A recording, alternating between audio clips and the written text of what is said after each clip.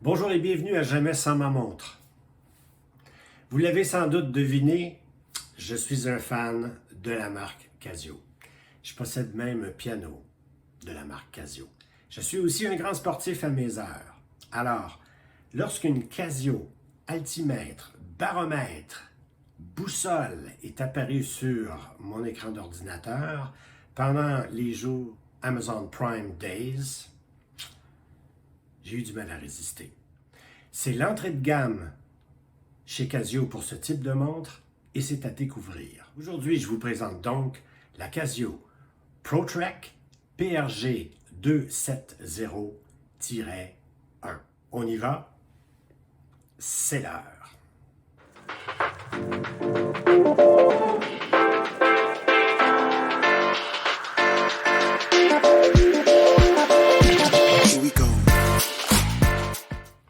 J'ai fait récemment la présentation de la Suunto Core. C'est une des montres de sport extérieur et d'endurance les plus connues des montagnards, des aventuriers et autres coureurs des bois. Et vous trouverez cette vidéo juste ici. J'étais curieux de faire l'essai d'une montre qui offrirait sensiblement les mêmes fonctions que la Suunto Core, ou à tout le moins une montre destinée au même type d'utilisateur à un prix similaire. Casio en offre bien sûr une variété de modèles à partir de la toute simple Twin Sensor que vous trouverez autour des 70 $ canadiens, jusqu'au modèle de luxe Bluetooth, quartz, solaire au fini titane dans les 1000 $ et plus, en dollars canadiens bien sûr.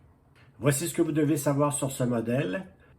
Le numéro de modèle est le PRG 270-1 à affichage clair. Vous trouverez aussi un affichage négatif, soit le modèle PRG 270-B-1.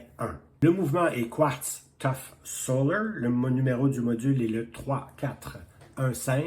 La taille du boîtier est 52,4 mm de diamètre. La longueur de corne à corne de 54,6 mm. L'entrecorne, ici, ça ne s'applique pas parce que vraiment, c'est un bracelet intégré. L'épaisseur, 14,4 mm, un peu plus mince que la plupart des modèles Pathfinder que la ProTrack a remplacé. Le verre est minéral. L'étanchéité proposée est de 100 mètres. Le poids total, 67 grammes. Et cette montre est garantie pour une durée d'1 an.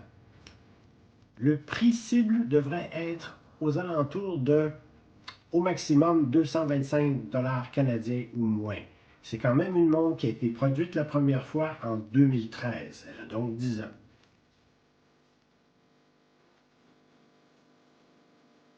La question que vous pourriez vous poser, c'est est-ce que c'est aussi solide qu'une G-Shock? Bien presque. Bien qu'elle ne soit construite avec un carénage de plastique plus mou comme une G-Shock, sa construction est robuste. Le mouvement est protégé comme celui d'une G-Shock, mais l'appellation change à Tough Solar parce que ce modèle ne fait pas partie de la famille G-Shock. Si on la compare avec une G-Shock, peut-être qu'elle montrera un peu plus les égratignures. Vous avez ici les capteurs ici sur la gauche. Notez que la lunette, elle ne tourne pas. Alors faisons le tour de l'affichage. Vous avez ici les lettres PS pour le mode Power Saving ou l'économie d'énergie. La fonction d'économie d'énergie éteint automatiquement l'affichage de 22 h à 6 h le matin. Il ne suffit donc que d'actionner un bouton pour que l'affichage se rallume. Vous avez un peu plus haut ici DST. Alors Daily Savings Time, c'est l'heure avancée ou d'été. Ça ici, c'est pour l'autonomie de la pile. Alors le H veut dire high, donc elle est pleinement chargée. L'affichage n'est disponible qu'en anglais, à ma connaissance. Le français n'est pas disponible. Vous avez bien sûr le choix de 12 ou de 24 heures et de toutes les autres mesures métriques. Je ne vous ferai pas de démonstration complète de toutes les fonctions, mais seulement un survol. YouTube regorge de toutes les vidéos explicatives dont vous avez besoin et le manuel d'instruction, c'est des heures de plaisir. Tout est très bien fait. Mais voici des informations de base dont vous aurez besoin. Vous pouvez bien sûr éteindre le témoin sonore des boutons, mais j'ai choisi par contre de le faire entendre pour que ce soit plus évident pour la vidéo. Alors, on commence par l'heure bien sûr. Vous avez en haut le graphique du baromètre. En actionnant ici le bouton en haut à gauche, vous avez MO 18, donc pour Monday le 18, lundi le 18, septembre 18 et retour au graphique du baromètre. Le bouton ici de gauche en bas, c'est notre bouton mode. Alors, qu'est-ce qu'on a ici? D'abord ici, le lever et le coucher de soleil, donc 6h39 pour le lever, 19h01 pour le coucher en date du 18 septembre. Alors, la montre vous permet de régler la latitude et la longitude pour obtenir l'heure du lever et l'heure du coucher du soleil. On presse encore une fois. REC pour Record. La montre peut enregistrer un journal de 30 entrées. En mode tracking, par exemple, la montre enregistrera jusqu'à 14 sorties qui comprennent l'altitude minimale, maximale, le total en montée et le total en descente. Les sorties seront identifiées M1, M2, M3, etc. STW pour chronographe, stopwatch. Départ en bas à droite. Arrêt. Remise à zéro en haut à droite. Le chronographe enregistre jusqu'à 1000 heures, mais il affiche seulement les dixièmes de seconde. Je me demande à qui ça peut bien servir. Vous avez ensuite TMR pour timer, c'est le compte à rebours. Même chose, départ à droite, remise à zéro en haut à droite. Celui-ci est de 24 heures. On a ensuite ALM pour alarme, il y en a 5. Suivi de WT pour World Time, ou les fuseaux horaires. Vous pouvez ici défiler les villes à droite en bas. Il y a 31 fuseaux horaires. Alors ici, nous sommes sur l'heure de New York.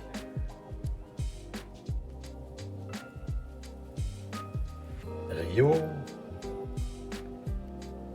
UTC. Lisbonne. Londres. Madrid. Paris.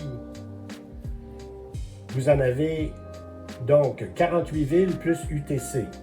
Vous pouvez aussi régler la fonction de l'heure avancée dans chacun de ces fuseaux horaires. Notez que les données Sunrise, Sunset, donc lever du jour et tomber du jour, se trouvent ici en un seul clic. En passant, vous pouvez trouver ces données pour d'autres dates aussi.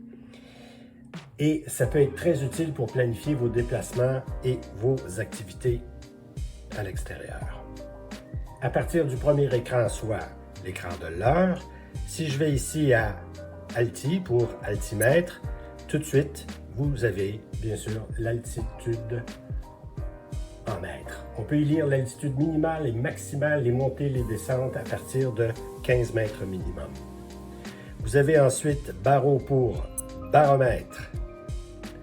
Alors, on y lit la pression atmosphérique, bien sûr. Il existe une fonction d'alarme pour quand la pression atmosphérique indique un changement négatif significatif, comme la présence de cellules orageuses. Vous avez la température aussi, mais n'oubliez pas de retirer la montre du poignet pour ne pas fausser les données à cause de la température de votre corps. D'ailleurs, il est une bonne pratique de régler la température et le baromètre avec des mesures exactes obtenues sur des sites météo afin de calibrer la montre. COMP, Compass en anglais, boussole en français. Alors voilà. Notez les 3 petits points qui indiquent le nord sur l'anneau extérieur. Lorsque vous appuyez sur le bouton d'ajustement, Adjust, vous fixez le cap et donc la direction dans laquelle vous allez vous diriger. Au poignet, elle n'est pas aussi massive qu'on pourrait le croire. Ce n'est pas du même ordre, bien sûr, qu'une Modmaster, mais plus près des modèles 7900 classiques à 1 ou 2 mm près. Quant à la lisibilité, vous remarquerez qu'on voit très bien les informations et le cadran est assez dégagé pour favoriser la lecture.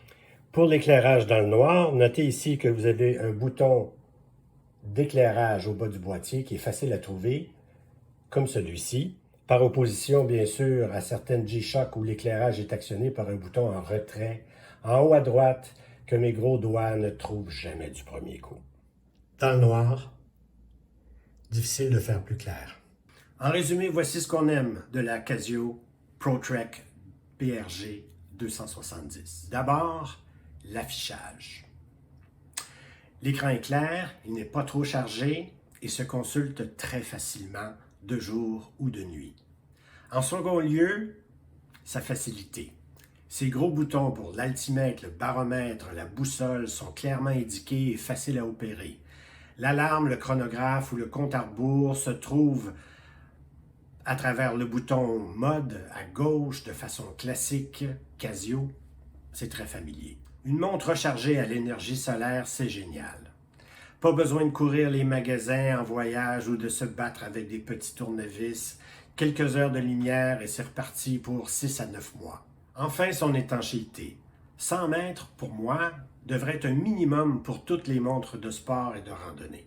Voici ce qu'on aime moins de cette montre. D'abord, le bracelet. Peut-être que je suis très douillet, peut-être que vous, ça ne sera pas la même chose, mais je trouve le bracelet de résine un peu raide. Ensuite, elle est chargée. Comme bien les Casio, il y a beaucoup d'informations sur leur montre. Que ce soit à l'avant du boîtier, sur le fond et même dans ce cas-ci sur le bracelet, c'est pas très discret une Casio.